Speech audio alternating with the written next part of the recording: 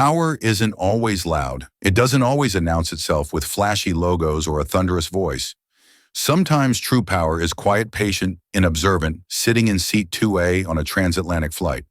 For one senior flight attendant, Kimberly Vance, a woman who prided herself on enforcing the rules, a routine flight from New York to London was about to become the costliest mistake of her life.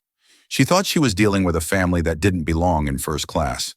She was about to learn a lesson in humility that would echo through the entire aviation industry, a lesson about the man who signed the checks for the very plane she was standing on.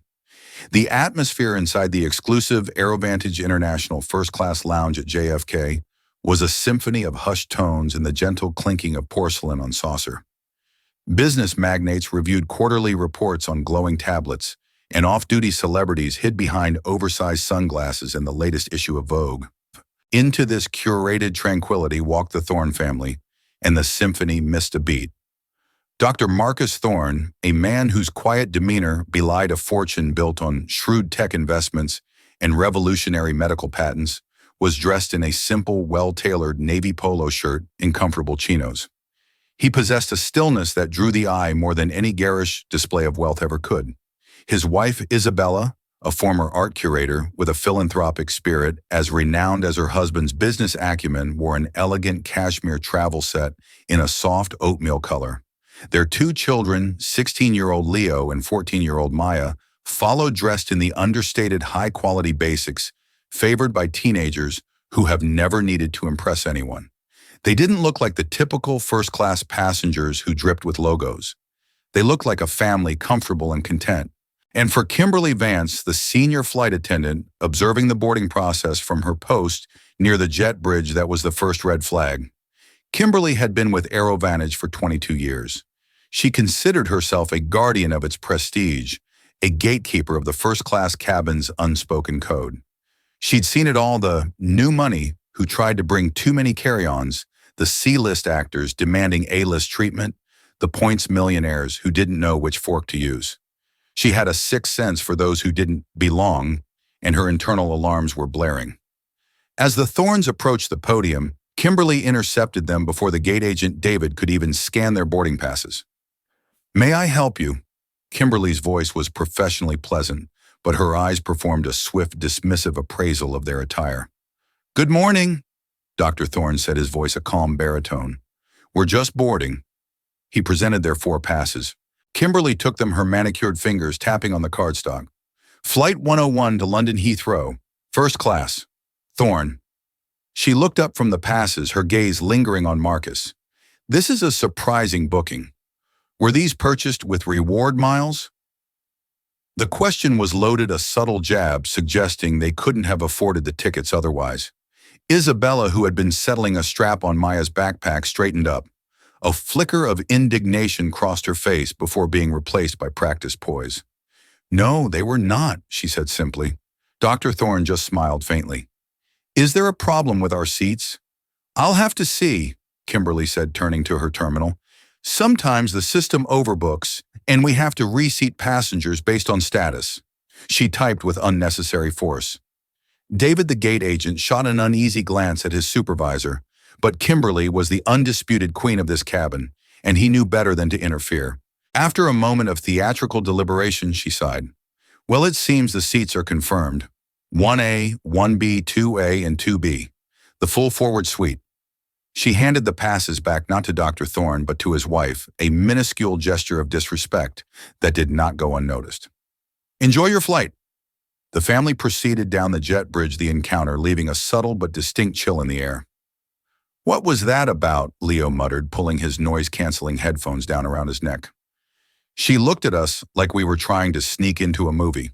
Some people have a rule book in their head they expect everyone else to have read," Dr. Thorne said, placing a reassuring hand on his son's shoulder.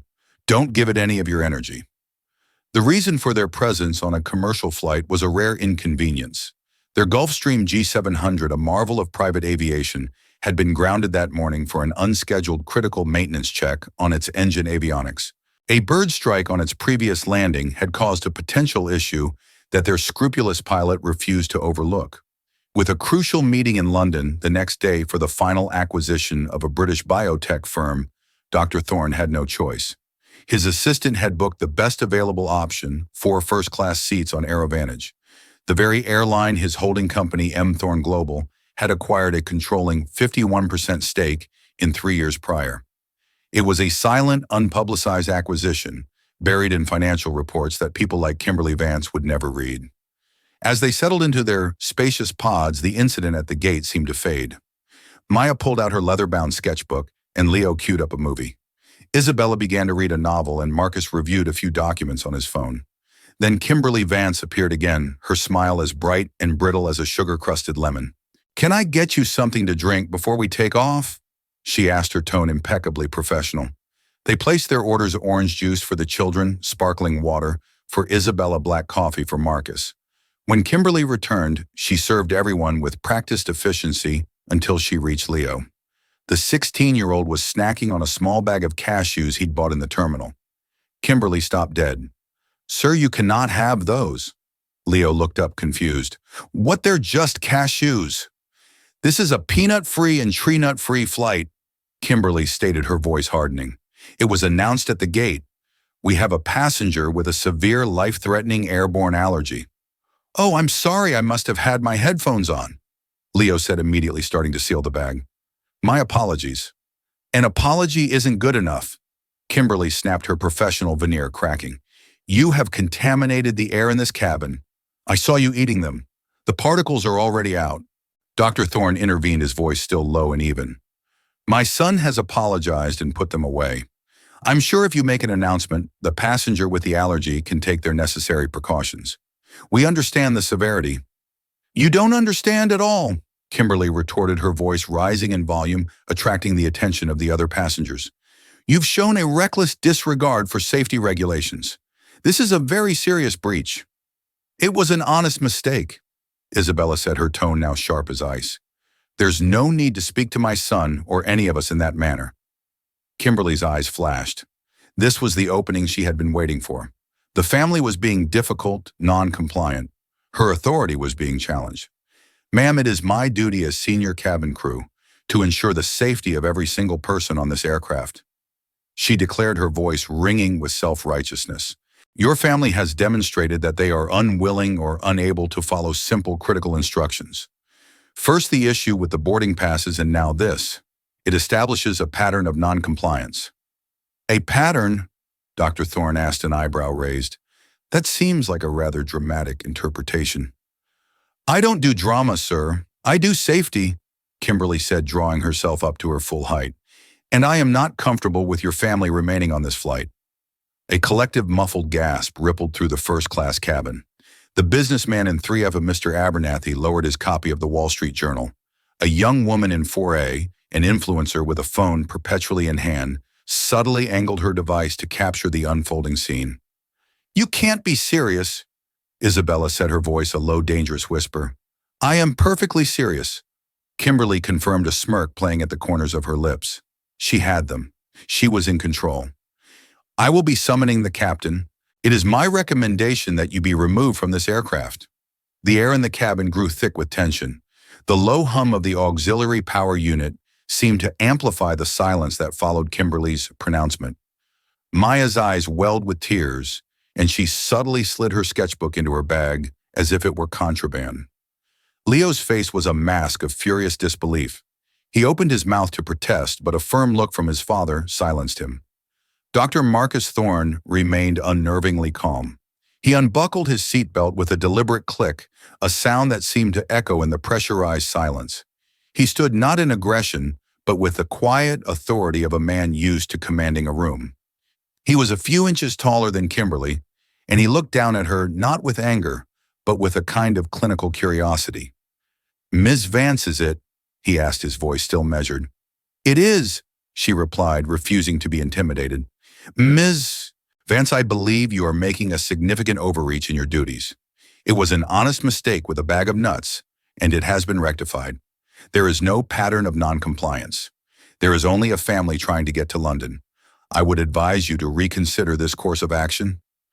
His calmness seemed to infuriate Kimberly more than any outburst would have. To her, it read as arrogance, as a belief that he was above the rules she held so sacred. My course of action, as you call it, is to protect my passengers, she said, her voice dripping with condescension. I am following standard operating procedure for dealing with non-compliant and potentially disruptive individuals. Before Dr. Thorne could respond, a man in a crisp white shirt with 4 stripes on his epaulets entered the cabin. Captain Harrison was a veteran pilot with a weathered face and a no-nonsense demeanor. He looked from his senior flight attendant to the well-dressed family standing in the aisle. Kimberly, what's the situation? He asked, his tone weary, as if he'd already flown the plane to London and back. Captain, Kimberly began, her voice a study in performative distress. I have a family here in the forward suite who have refused to follow safety protocols.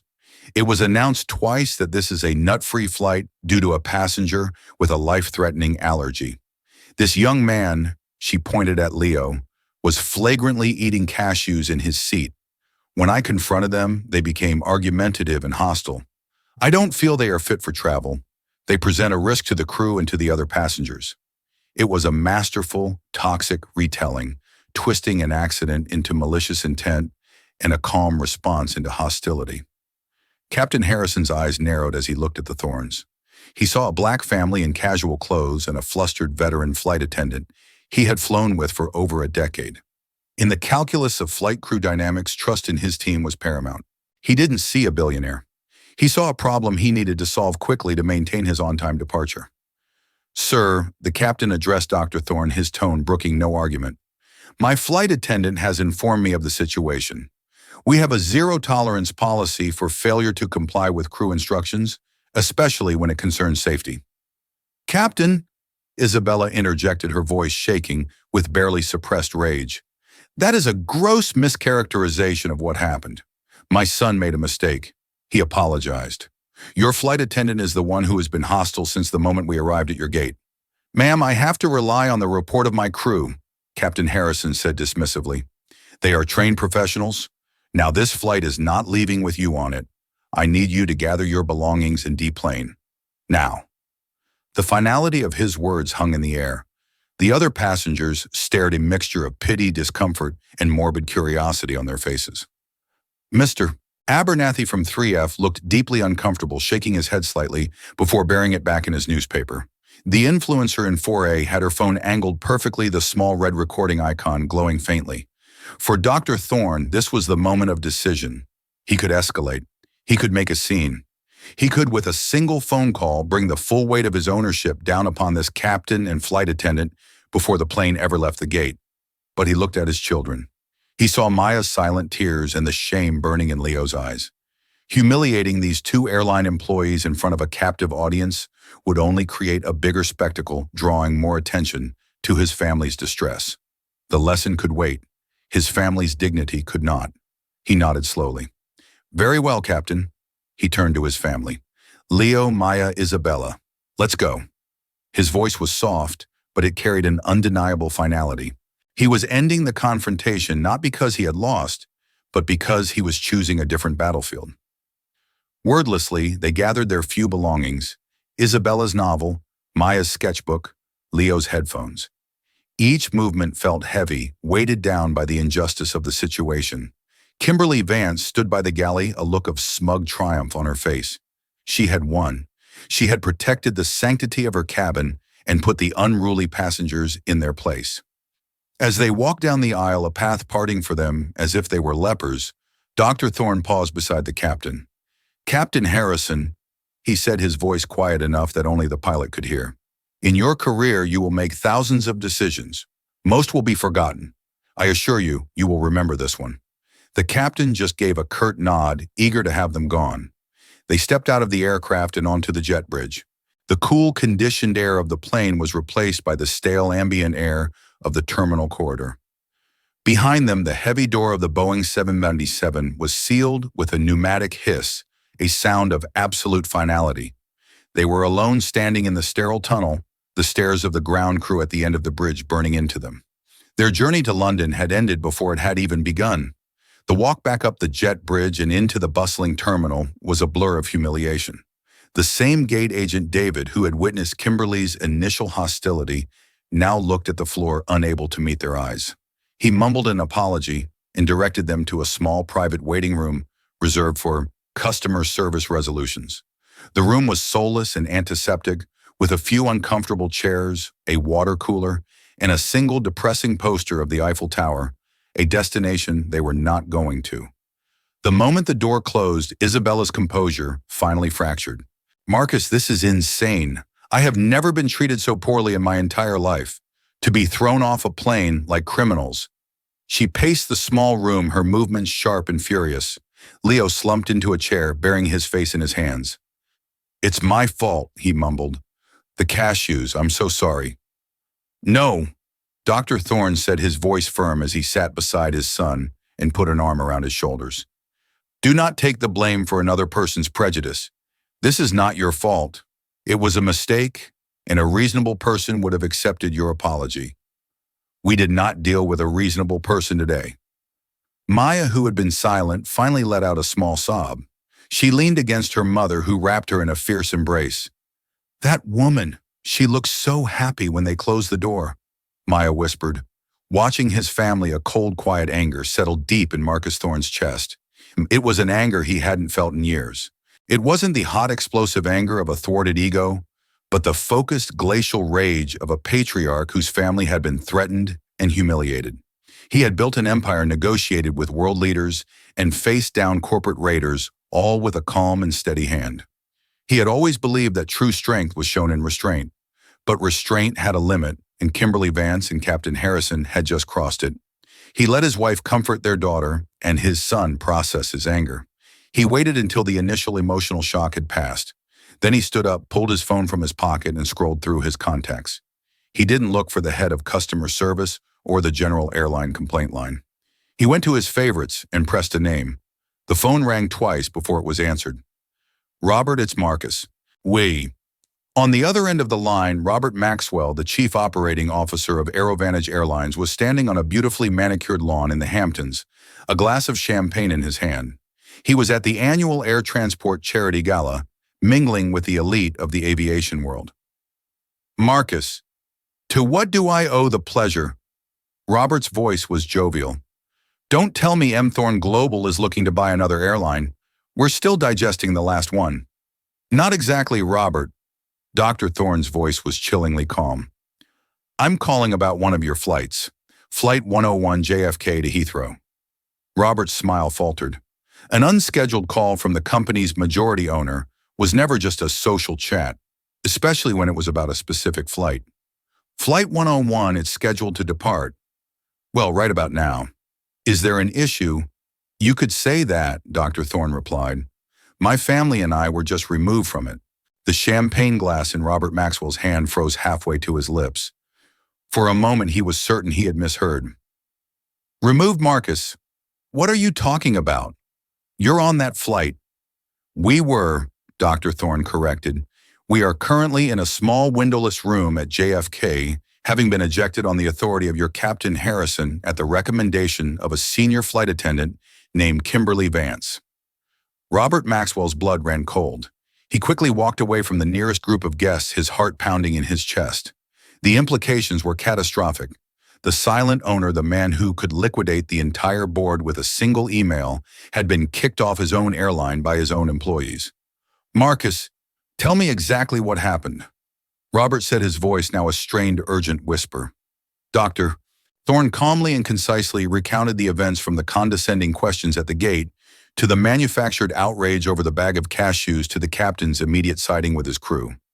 He spoke without emotion, presenting the facts like a legal deposition. The lack of hysteria made the story even more damning. As Robert listened, his face went from pale to ashen. He could feel his stellar career, his multi-million-dollar salary, and the airline's reputation crumbling to dust. This wasn't a simple customer service complaint. This was a 5-alarm corporate fire. They kicked you off for a bag of nuts." Robert stammered, the absurdity of it hitting him full force. "That was the pretext," Dr. Thorne clarified. "The cause, I suspect, is something far more deeply rooted in your company's culture, or at least in Miss Vance's." "Marcus, I am beyond horrified. I don't have words," Robert sputtered. "This is inexcusable, unthinkable." "Oh, I think it's very thinkable, Robert. It just happened." Dr. Thorne said. "And now I need you to fix it. My family's upset. My meeting in London is critical. But more importantly, there is a rot in your crew that you were unaware of until 10 minutes ago. What happens now is up to you." The line went quiet. It wasn't a threat. It was a statement of fact. The ball was in Robert Maxwell's court. "Don't move, Marcus. Stay in that room." Robert commanded, his mind snapping into crisis mode. He was already walking briskly toward the exit of the gala, his champagne glass abandoned on a table. He pulled out another phone, his direct line to the JFK Operations Control Center. "This is Maxwell," he barked into the phone, startling the assistant on the other end. "Get me the tower supervisor at JFK, now." There was a frantic clicking. "Sir, he's on. This is Robert Maxwell, COO of AeroVantage. What is the current status of Flight 101 to Heathrow?" "Mr. Maxwell, sir. Flight 101 pushed back from gate C42 on schedule. It's currently third in line for takeoff on runway 31L. Robert's next command was one that would send shock waves through the entire airport. "Turn it around," he ordered. "I want Flight 101 brought back to the gate. Do not let it take off. Inform the captain he is to return to the gate immediately due to a security issue originating from the cabin." Use that exact phrase. "And I want the full manifest of the flight crew, every passenger, and I want you to pull every second of CCTV footage from gate C42 for the last hour. I am on my way. I'll be there in 30 minutes. He hung up, leaving a stunned silence on the other end of the line. Turning a fully loaded 757 around on the taxiway was a logistical nightmare and a massively expensive maneuver. It was a move reserved for bomb threats or critical mechanical failures. Tonight it was for Kimberly Vance. She was about to find out that the family she had just humiliated held the puppet strings to her entire world. Aboard Flight 101, a sense of normalcy had begun to settle. The cabin lights were dim for takeoff, and the safety demonstration video played on the seatback screens. In the first-class galley, Kimberly Vance was calmly preparing the post-takeoff drink service, a self-satisfied smile gracing her lips. She had done her job. She had removed a threat, asserted her authority, and maintained the standards of her cabin. She felt a surge of pride. Captain Harrison, she thought, would surely mention her decisive action in his report. It might even be the final push she needed to secure that promotion to cabin services manager.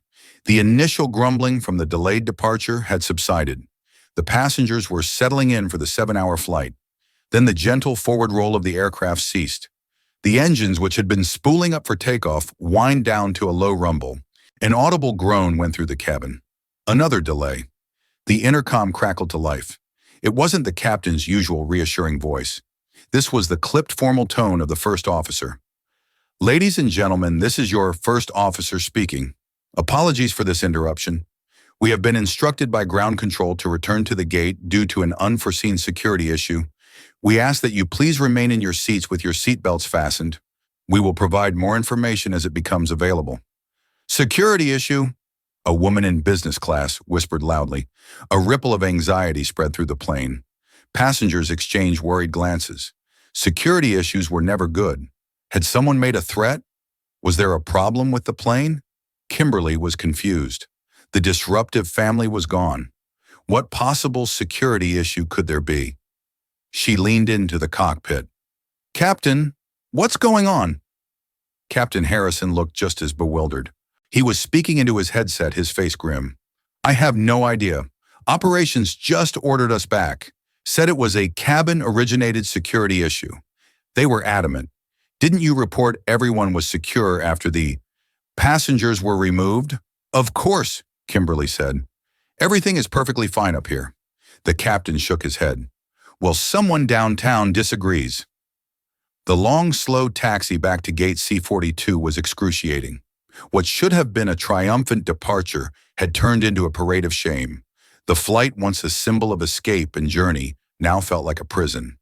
When the 757 finally reconnected with the jet bridge, the engines spooled down into an eerie silence.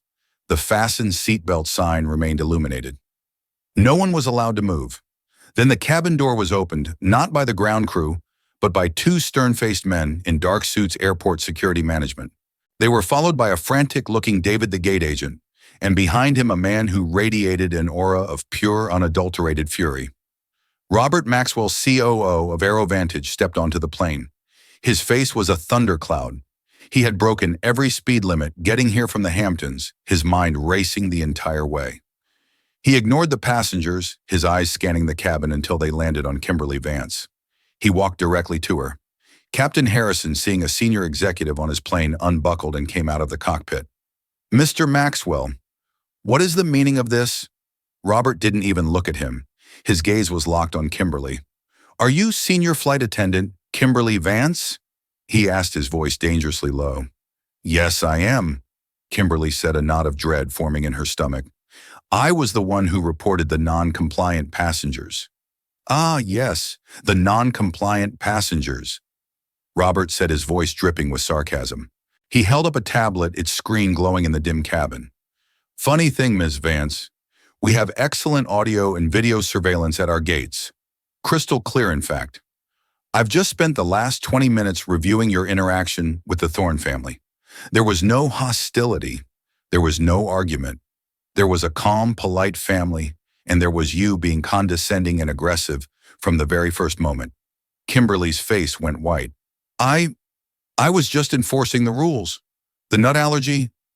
"The nut allergy, which the young man apologized for immediately," Robert shot back. "The pattern of non-compliance that you invented on the spot to justify your personal dislike of a family who didn't fit your narrow-minded profile of a first-class passenger." He took a step closer, lowering his voice so only the crew could hear, but the intensity made passengers strain to listen.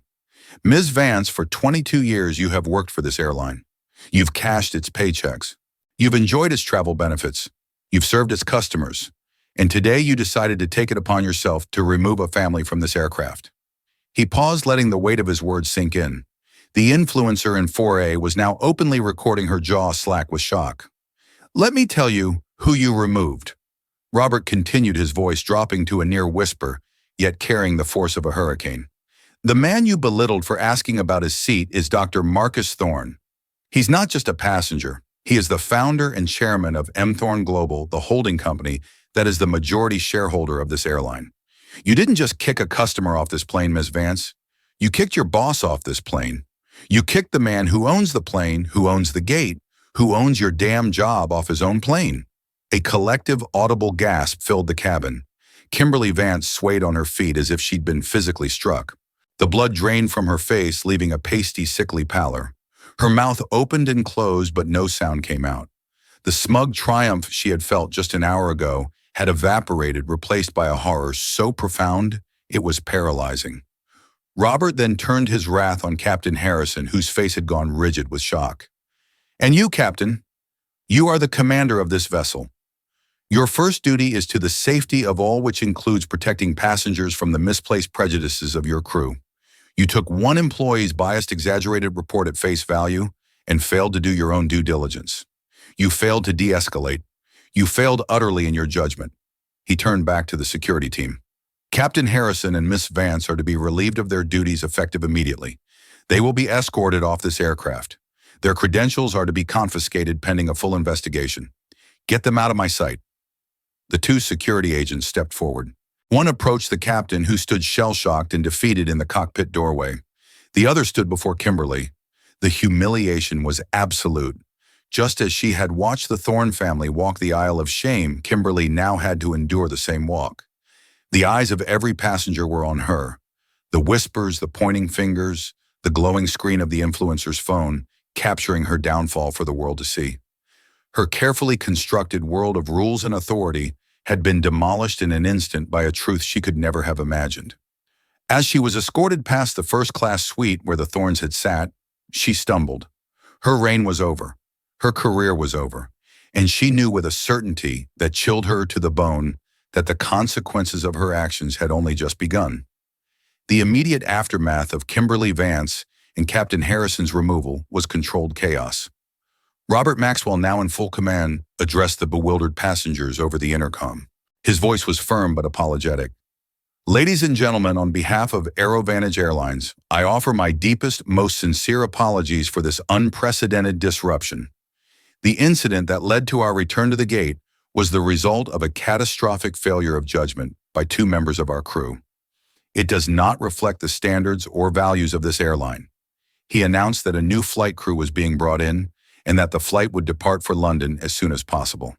As a gesture of goodwill, he informed them that every passenger on the flight would receive a full refund for their ticket and a voucher for 100,000 frequent flyer miles. The tension in the cabin immediately eased, replaced by a buzz of excited chatter. They had just witnessed the corporate drama of a lifetime and were being handsomely compensated for it. Meanwhile, in the sterile customer service room, the Thorne family had been joined by a visibly shaken Robert Maxwell. He had apologized profusely, his words tumbling out in a torrent of regret and embarrassment. "Marcus, I am sick about this. There are no words," he'd said, running a hand through his already disheveled hair. Dr. Thorne held up a hand, stopping him. "The apology is accepted, Robert, but an apology is not a solution. This wasn't just about Kimberly Vance.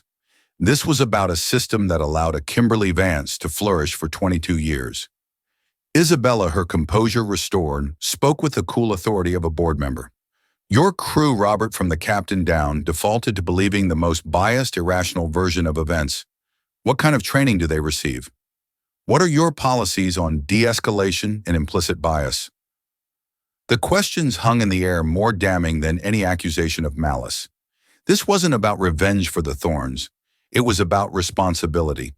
The influencer's video, as expected, hit the internet like a wildfire. Initially, it showed a flight attendant and captain dealing with disruptive passengers. But within an hour, an updated version appeared. The first half showed Kimberly's condescension and the family's calm demeanor. The second half showed Robert Maxwell's fiery arrival and the stunning revelation of the family's identity. The story went viral globally. Flight attendant fired and AeroVantage owner became top trending topics. News outlets from CNN to the BBC picked it up. For Kimberly Vance, the world collapsed. Escorted to a sterile interrogation room in the airport's staff area, she was officially suspended without pay. Her union representative, a tired man who had seen it all, listened to her frantic, self-justifying version of the story. "I was just following the safety protocol for allergies," she insisted, her voice shrill. "They were being difficult." The rep sighed, pushing a copy of the AeroVantage employee handbook across the table. "Show me the protocol, Kimberly. Show me the part that says you escalate an accidental exposure for which you received an immediate apology directly to ejecting an entire family. Show me the part that allows you to invent a pattern of non-compliance based on a passenger asking a question at the gate." Kimberly fell silent. She couldn't because it didn't exist. She had weaponized the rulebook, and now that same book was being used to condemn her. Within days, the formal process was complete. Kimberly Vance was terminated for gross misconduct, willful misrepresentation of a safety incident, and discriminatory behavior towards passengers. The FAA was notified and her flight attendant license was placed under review, effectively ending her career in aviation. But the consequences didn't stop there. The Thorne family, through their foundation, filed a civil lawsuit. They didn't ask for a penny in damages. Instead, the suit demanded that Kimberly Vance issue a public written apology and complete 500 hours of mandatory community service, working with an anti-defamation league. They wanted rehabilitation, not just punishment. For Kimberly, who had built her identity on a sense of superiority, this was a fate worse than a fine. Captain Harrison fared slightly better, but his career was irrevocably damaged. The investigation found him guilty of a severe lapse in command judgment. He wasn't fired, but he was demoted to first officer and grounded for 6 months, during which he was required to undergo extensive leadership and bias awareness retraining. The respect he had commanded for decades was gone, replaced by the stigma of being the captain who kicked his own boss off a plane. He would forever be a cautionary tale in pilot break rooms. The unraveling spread to the airline itself. AeroVantage's stock took a temporary but sharp dip. Robert Maxwell, under direct orders from Dr. Thorne, initiated a complete top-to-bottom overhaul of customer service and crew training. A new Office of Passenger Advocacy was created independent of crew command structures to handle disputes. Implicit bias training, previously a once-a-year online module that everyone clicked through, became a mandatory, intensive in-person course for all 30,000 employees, designed and led by top experts in the field. Dr. Thorne had been right. The lesson wasn't about punishing one flight attendant. It was about fixing the culture that created her.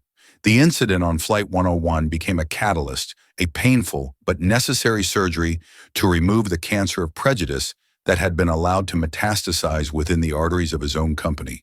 6 months later, the crisp autumn air whipped across the private tarmac at Teterboro Airport. The Thorne family's Gulfstream G700, its engines gleaming and fully certified, purred softly, ready to take them on a family vacation to the Caribbean, a trip postponed from the summer. The changes in the wake of the JFK incident were profound both publicly and privately. Aero Vantage, under the fierce guidance of Robert Maxwell and the watchful eye of its owners, had become a paragon of corporate mea culpa. Their new marketing campaign wasn't about luxury seats or exotic destinations. It was about respect. Billboards and commercials featured a diverse array of travelers with the simple tagline, "Everyone belongs in our sky," the Thorne Protocol. As it became unofficially known, was now the gold standard in the industry for resolving in-flight disputes, focusing on de-escalation and passenger advocacy. The lawsuit against Kimberly Vance had concluded. Her public apology, published in a major newspaper, was stilted and clearly written under duress, but it met the legal requirement. She was spotted by a celebrity gossip site working as a cashier at a home goods store in suburban New Jersey, her face pale and anonymous, stripped of the uniform and authority that had once defined her. She had become a ghost in her own life, a living example of how quickly a world built on arrogance could be dismantled by a single act of prejudice. As the Thornes boarded their jet, the contrast to Flight 101 was stark. There was no hostile questioning, no judgmental glares. There was only the quiet, seamless comfort they were accustomed to, but the experience had left its mark. Isabella had thrown herself into a new initiative for the Thorne Foundation. Partnering with several civil rights organizations, she launched the Travel with Dignity Project, a multi-million-dollar fund dedicated to combating discrimination in the travel and hospitality sectors through legal challenges, educational programs, and policy advocacy. She had found a new powerful focus for her philanthropic work. Leo, once mortified by the incident, now spoke about it with a mature perspective. He had worked with his mother on the youth outreach portion of her new initiative, sharing his story with other young people. The humiliation had been forged into a quiet strength. Maya, ever the observer, had filled her sketchbook with drawings from that day.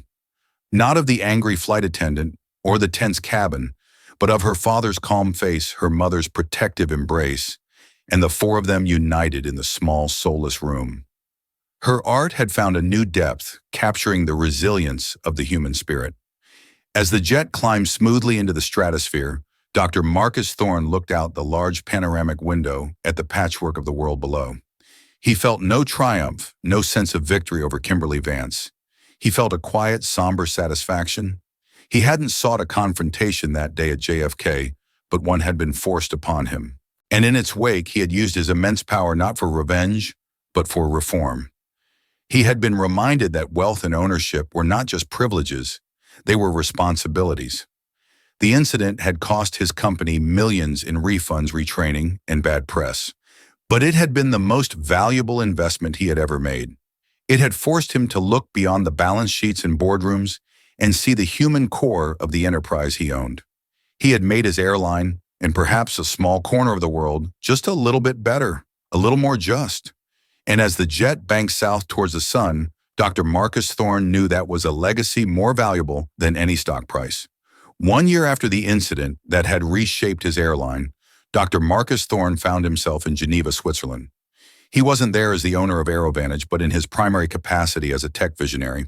He was the keynote speaker at the annual European Business Aviation Convention and Exhibition, a sprawling event showcasing the future of flight. His speech was on the development of synthetic sustainable aviation fuels, a project his R&D division at M. Thorne Global had poured billions into. The cavernous hall was filled with the titans of the industry. CEOs, engineers, and financiers moved between gleaming displays of the latest private jets and advanced avionics. Marcus, having just finished his address to a packed auditorium, was walking through a less trafficked hangar displaying regional and charter aircraft. He found a quiet moment to admire the sleek lines of a new Pilatus PC-24 when a hesitant voice broke his concentration. "Dr. Thorne." Marcus turned. The man standing before him was vaguely familiar. He wore the uniform of a first officer, 3 stripes on the epaulets, for a small European charter service. His face was leaner than Marcus remembered, the lines around his eyes deeper. The confident, authoritative posture was gone, replaced by a quiet humility. It took a moment for Marcus's mind to place him outside the context of a 777 cockpit. It was Harrison, the former Captain Harrison. "Mr. Harrison." Marcus acknowledged, his voice neutral. He felt a flicker of the old anger, not for himself, but for the memory of his daughter's tears. He suppressed it, choosing curiosity instead. Harrison flinched slightly at the name, a clear sign of the phantom pain of his demotion. "It's just Harrison now, sir, or First Officer Harrison." He wrung his hands, a gesture so unlike the decisive commander he had once been. I saw you were speaking today. I've been hoping I might have the chance to see you. To say something I should have said a long time ago, without executives and lawyers in the room." Marcus gave a slight nod, gesturing to a quiet corner, away from the main thoroughfare. "Go on." They stood between the wing of the Pilatus and the hangar wall, a pocket of silence amidst the industry's buzz. "There's no excuse for what I did." Dr. Thorne Harrison began, his eyes fixed on a point somewhere over Marcus's shoulder, as if he couldn't quite bring himself to make direct eye contact. "I was arrogant. I was complacent. I had a 20-year unblemished record, and I thought I was infallible. My only priority that day was an on-time departure. I saw a problem and I chose the quickest, easiest solution, not the right one." He finally looked at Marcus, and his eyes were filled with a profound and weary shame. "I took the word of a trusted senior crew member over the evidence of my own eyes. I saw your family. I saw you. You were calm. You were rational. There was no hostility. I ignored my own instincts because it was easier to back my crew. That wasn't leadership. It was a failure of command and a failure of basic human decency. I allowed my flight attendant's prejudice to become my own, and I am so deeply, deeply sorry for the humiliation I caused you and your wife, and especially your children. I can't imagine how they must have felt." The apology was raw and unvarnished. It wasn't the carefully worded statement of a man trying to save his job, but the confession of a man who had spent a year grappling with his soul. Marcus listened, his expression unreadable. "The retraining," Harrison continued with a humorless chuckle. "They make you sit through simulations. Actors play out scenarios. For 6 months I faced a dozen different Kimberly Vances and a dozen different families like yours. I learned about confirmation bias, about the subtle poison of profiling, about the immense power a pilot's uniform carries, and how easily it can be misused. I learned everything I should have already known. It turns out I was a very good pilot, but a very poor commander of people." A long silence stretched between them. Marcus finally spoke, his voice quiet. "Thank you for that, Mr. Harrison. It takes a great deal of character to admit a failure of that magnitude." He paused, then asked a question that had lingered in the back of his mind for a year. "Tell me, was there ever any follow-up with the passenger who had the severe allergy? We never heard if they were all right." Harrison's expression shifted from shame to something darker, a kind of weary disgust. "Ah, that," he said, shaking his head slowly. "That was perhaps the most damning part of the entire investigation. It was the linchpin of Kimberly's entire argument, the reason I acted so decisively." He took a deep breath. "There was no passenger with a severe life-threatening airborne allergy.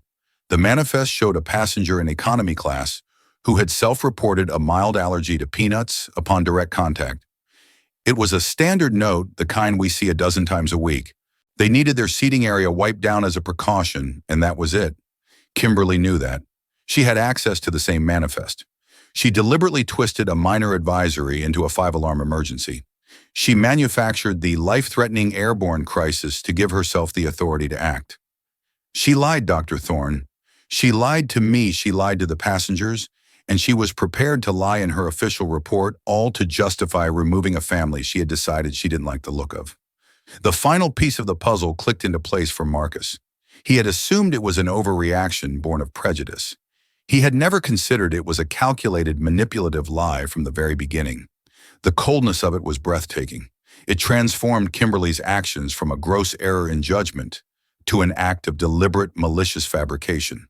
I see, Marcus said, the two words carrying immense weight. That clarifies a great deal. It clarified everything, Harrison agreed bitterly. It showed me that I wasn't just an accomplice to an overreaction. I was the fool who fell for a con. He looked around the hangar at the gleaming, powerful machines. We spend our lives training to trust our instruments, to believe the data. I forgot that the human element is the most unpredictable variable of all. Marcus looked at the humbled man before him.